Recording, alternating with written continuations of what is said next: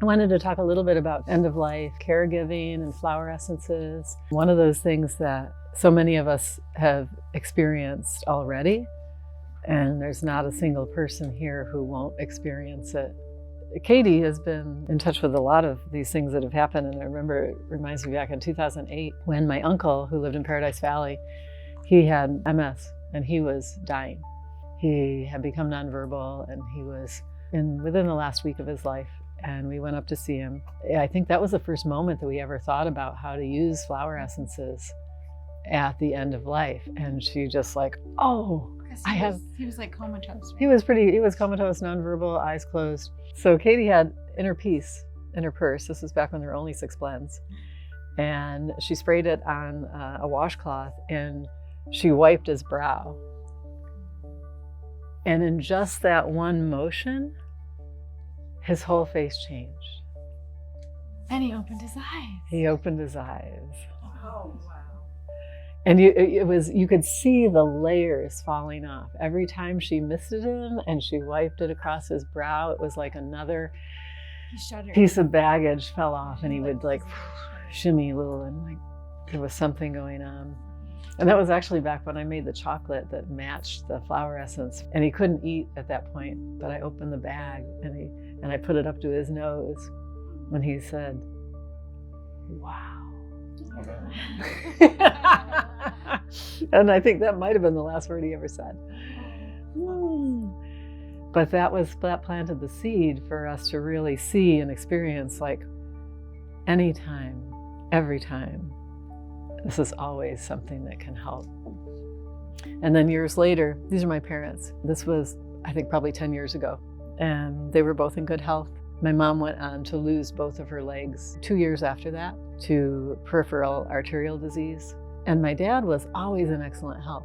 This was the last trip I took him up to his hometown where he grew up, and he got to see everybody that he used to know. He was like just beginning to lose a little bit of cognitive ability at that point, but it was really an awesome trip. And then he took a turn, real quick turn. And in this period of about 3 weeks, he declined daily. At that point, I was putting flower essences in everything that they drank, everything that they ate, misting them multiple times a day. My dad was kind of angry, and that wasn't like him. And I finally figured out that the reason that he was angry was he'd never been sick his whole life. In this picture, he's 94 years old, and he didn't know what it was like to be sick. And he didn't want to be sick, and he was afraid it would drag on for a long time. When I figured out what the problem was, I whispered in his ear, I said, Dad, I said, you're not sick. He said, what do you mean? I said, you're dying. He said, really? I said, yeah, I think that's what this is. And he said, well, why is it taking so long? And I said, I think it's going at exactly the right speed. And it was wonderful because this is his brother-in-law, and they used to live, when I grew up, we were living next door neighbors. And so I called up everybody I could find in his cell phone, and I told them what was going on, and everybody came to see him, which for me was like having the memorial before you die. And it just made him so happy. And at that point, he knew he was dying, and he was just like cruising with it. I mean, I think you can see the freedom on his face. There was a lot of laughter. I found a video. I was trying to clean up my phone the other day because I have no space to take photos. And I found an old video, and it was one of those that you take when you don't know you're taking it. But I had saved it because I could hear us laughing and talking in the background and laughing some more and talking. And it was just really a nice reminder that it doesn't have to be sad all the time. This is my mom. She managed not to crash her scooter into the couch, which she had done before.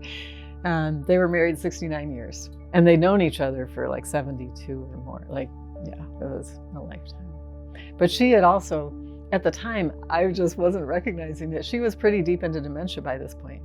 And I was just so in their world. I had gone to visit them, and increasingly more and more often.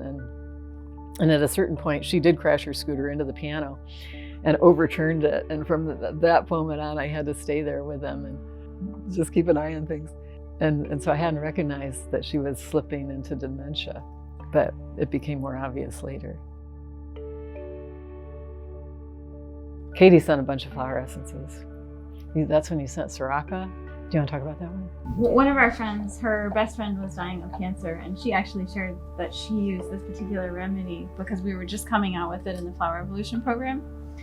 And so she used it when her best friend was dying. It's now an open heart, and it's for when you feel like you're running out of time. And so I had that same sensation when maybe like a year or two later, my best friend dog was dying. And it's like, you know it's coming, they stop eating, they stop drinking, you know, you got like a few days left. And then this kind of like grasping thing starts happening on the inside, like, I'm running out of time, I'm running out of time, I'm running out of time. And it's really hard to control. It just like arises. And so I thought, oh, I should do what Robin did and take the Sriracha flower essence. And it really helped. It really helped bring in the sense of like timeless time. Like there's plenty of time. Like there's all the time in the world, and you're so in the present moment. Everything becomes really spacious that you can like feel like you're taking in every precious moment, rather than like, the grains of sand are running out and I'm losing it, you know, because then you're not really present in that moment. You're just present to the grasping. Mm-hmm. So it's a really helpful, spacious way to take care of yourself as you're the one being left behind. So you can work with Sriracha or just open heart as a blend. I was just looking at this one, and it's interesting because I think that it was actually just a couple of minutes after my dad died. But if you've seen people who have died, there is like a night and day difference, right? Dead is dead, and alive is different. And this is the in-between state. And when I was in the Himalayas, the Tibetan lamas that I spoke with had a really detailed understanding of death and all of the stages of death, leading up to, including, after. And they would talk about this period where the breath stops. And they would say, well, the breath stopped, but the mind is still there. And they said it would stay there for about the time it takes to make tea. And then you have to think about, like, how do Tibetans make tea? Because they don't have an electric kettle, you know? So they have to build a fire. So it seemed to be about 30 minutes. And during that period of time, it's like all of the energy is collecting within, and they talk about different components in the body and how they meet at the heart center.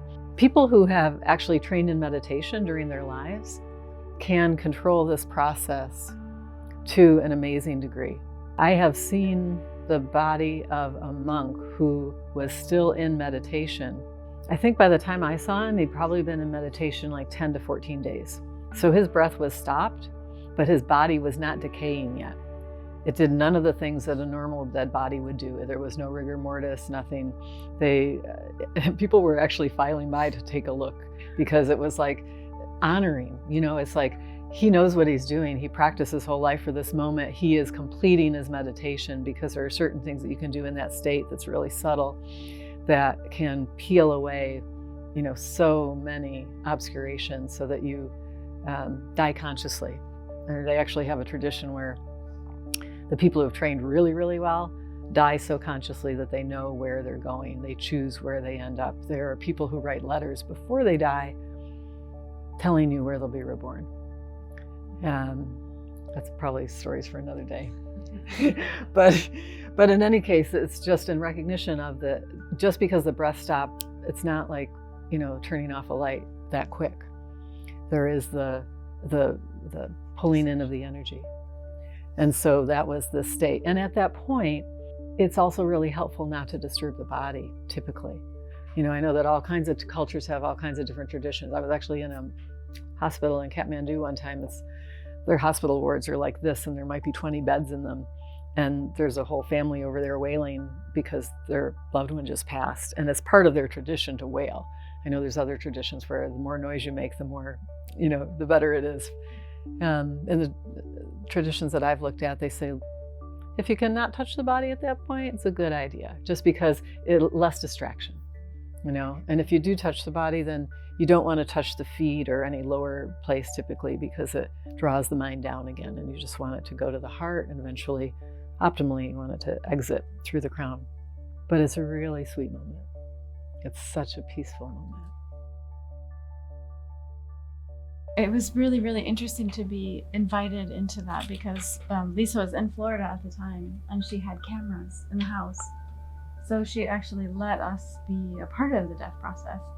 So it's interesting to see like what technology can do, and you could feel it here. Like I could see the moment.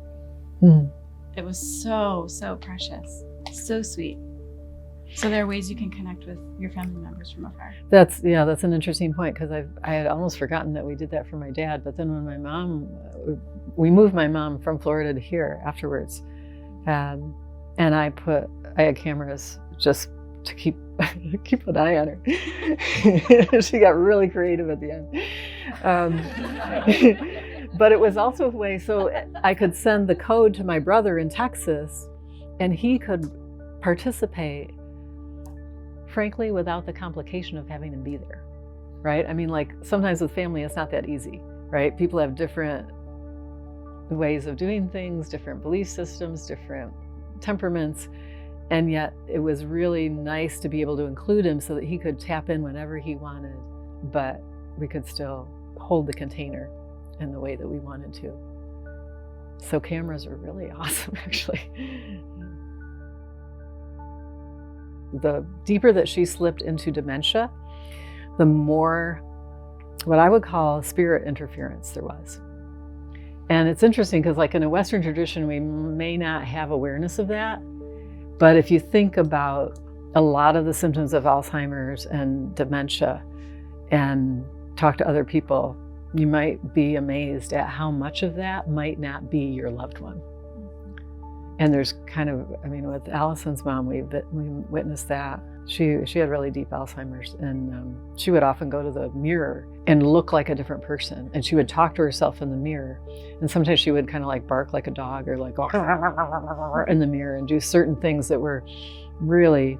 or like a man. Yeah. Oh, yeah. And then and sometimes nasty things come in. Like, I mean, and I think it's important to know because when you're dealing with a loved one with dementia, there's such a process of grief going on in yourself typically because you're losing your loved one before your eyes. It happens before the death. And then you can be hard on yourself because sometimes when there's the kind of influence of the unseen forces that want to be around or inside, it will naturally make you feel really irritable, like at a flash, because there's a part of you that knows that somebody is squatting or someone is there that should not be there. So it's like a full body, like, rah. But if you're not aware of that, then you might be like really hard on yourself for being irritated with the person that you love that you're about to lose.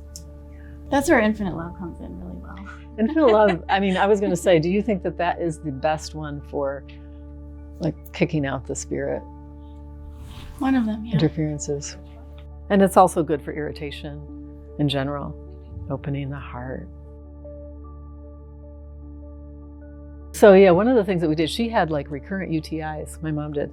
And so we started making our own wipes with essential oils and flower essences. And I would research like, what bacteria did she have this week? And find out which specific essential oil would combat that bacteria and then add the flower essences to it. There's the one woman who writes in and talks to our customer service people pretty frequently, and she's somewhere in this area, and she is a caregiver. And she said that she started using infinite love with her patients or with her people that she cares for. And she goes in at night and she missed them before she leaves on her shift. And they ask her, what's that? And she says, it's love and flowers. Is that you? Is that you? You're Jessie. Oh, that is so awesome. I've been meaning to call you for... Yes, tell us more, because your stories are so great. So I was using Sacred Bodies. So I chose this family. I came out here because I wanted to connect with LOTUSWEI, but I also wanted a family that I could treat with flower essences. So I happen to have Sacred Body. And what I found was being able to mist my client at night before going to bed. It was a boundary for me as a practitioner. It was like, I can leave you with the flowers. Like, the flowers will care for you, and I can sleep. My mom's actual death process was about 7 days. She was with a caregiver, and the caregiver called me and she said, your mom said something just changed in her body. And so it was like, oh, I went right over and we got her from her lazy boy chair into her scooter, into her bed, and then she never got out of her bed after that. But every day, we were spending all day, every day. She was doing that, I forget what they call it, Stokes-Bramley breathing or something, where they stop for like 10 or 15 seconds and you're like, and then they start breathing again, and so she was faking us out for a while. But it was such an interesting process, because about halfway through that week, we realized, there was also like this whole other level, which, I feel like she was clearing past life stuff, and that was my wish for her. My wish for her was that she would leave with more freedom and less baggage, and that I could help her in some way do that. That's the whole incredible challenge and incredible gift of caring for our parents in the later years, is that we get to, if we're lucky, we get to review all of those things and free them, right? It's our moment, and that's their kindness, that they can show those things to us. I spent the last week of Liz's life with her. Lisa was kind enough to let all of us be a part of that process, and it was one of the best weeks of my life. It was so amazing and so beautiful. And what struck me the most was that as she was going through the transformation process, I was like, oh my God, so are we. We are also going through this incredible, there's like this alchemy occurring, and if you're there, you're also in it.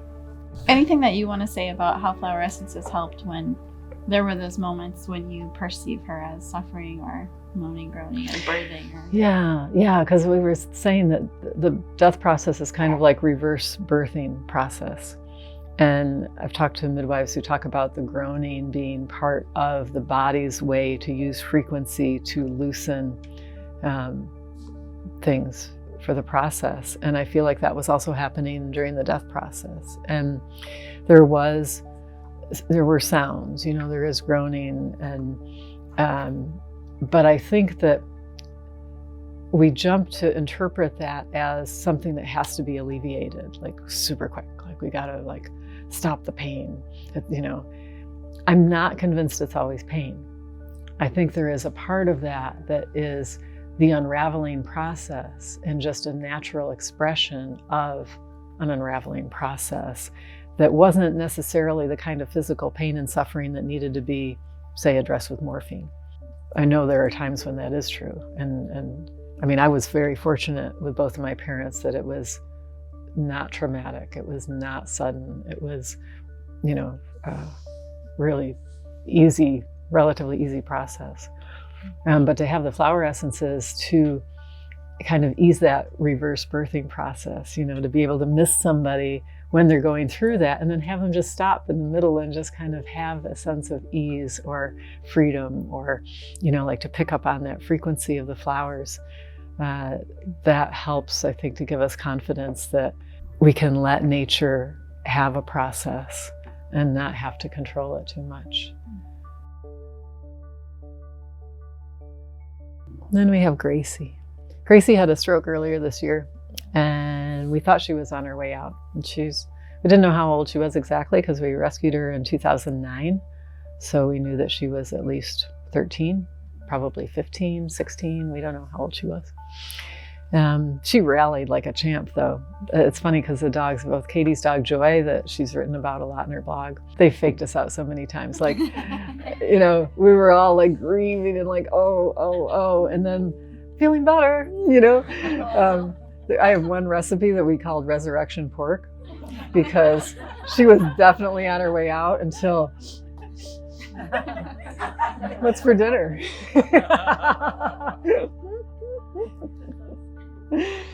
And so Gracie she and Joy was like a champ. She made herself get up and walk even when she was kind of like half paralyzed. And we put her in a harness, and we kind of have to hold her up because her feet would try to be moving. And she made us walk her hours and hours and hours a day around the living room. Like eventually I just kind of like put it on a post and let her walk around. But she rehabilitated herself, same as Gracie, like she recovered. But it was like the shot across the bow, right? It's the warning. It's like, I'm getting ready. Are you getting ready? But sometimes you had a whole year or 2 years. Yeah. I mean, we used, so Joy had a stroke. She was completely immobile for several days. And then she would like do these weird things where she'd like work her way into this really awkward position and then have to back her way out. So it was like she was rewiring her own brain, and she knew the movements that would rewire her brain. And then she came to fully function, fully walk, run for like 2 more years. And we just gave her self-heal flower essence consistently in her food and her water. And sometimes and at that point, the TCM vet that I had was like, would you like something to help her over the Rainbow Bridge? And I was like, no, I'm going to let her go when she wants to go. And then it was like 2 more whole years after that. Wow.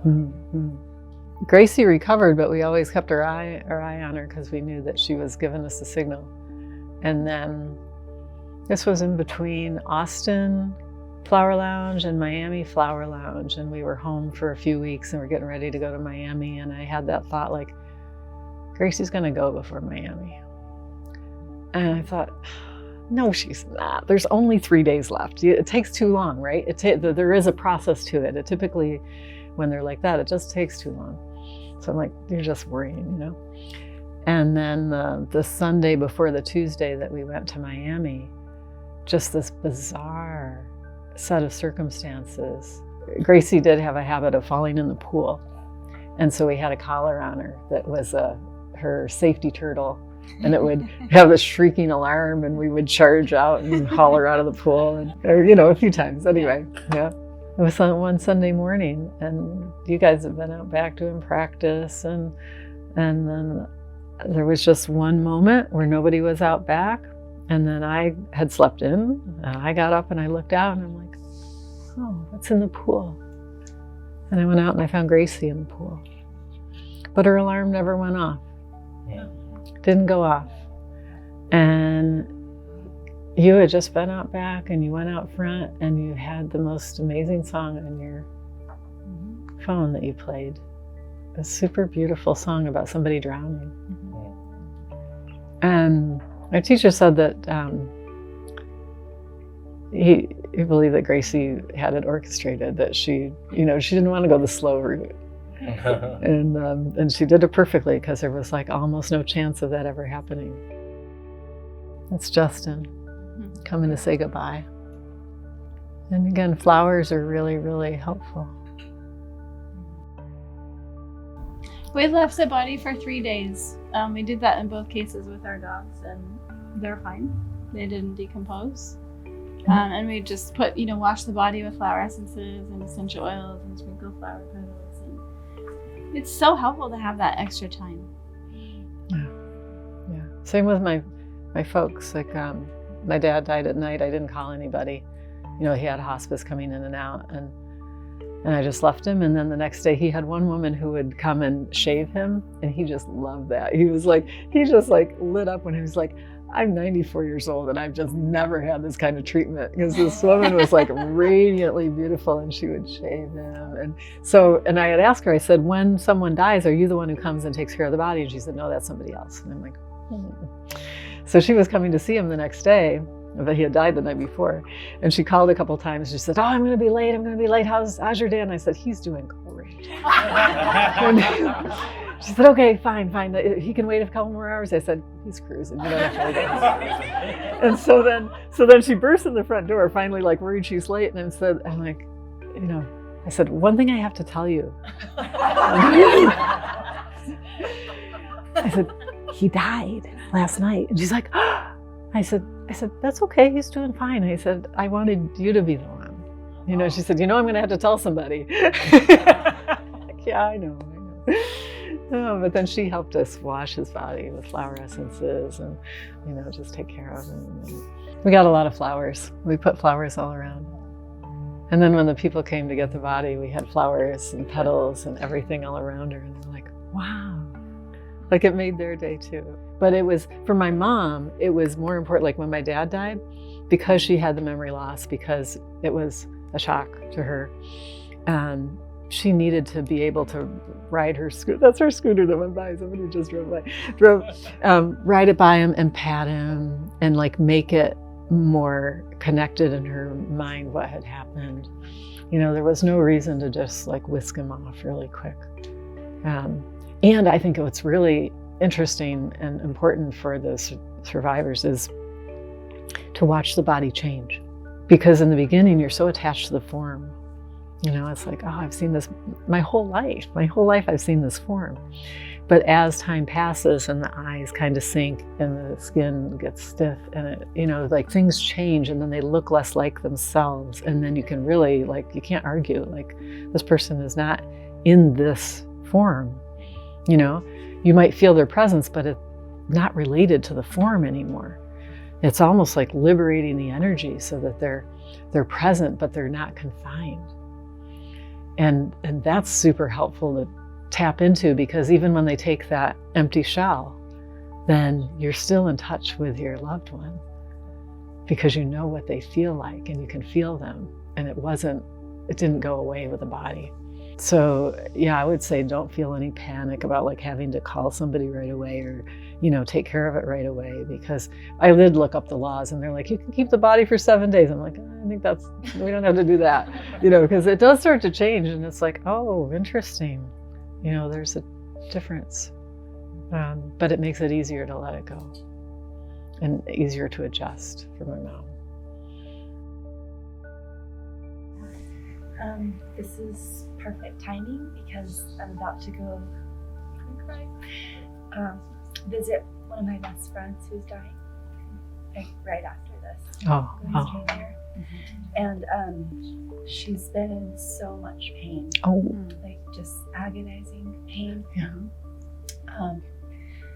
She's 42 and has 2 little kids, and so there's a lot of grief but physical pain. Yeah. And so, what essence would you recommend for pain and just helping relieve someone of so much suffering? I would say sacred body, sacred heart, open heart, and boundless wisdom, and infinite love. Okay. Sacred heart is like the most powerful remedy for grief, like that raw grief. Boundless wisdom, there's white magnolia, which has white magnolia is for like divine timing, being able to understand that the transition is perfect. Open heart for letting go and being vulnerable and curious and open to what's next. Okay. And sacred body for just keeping everything full life force, full flow well.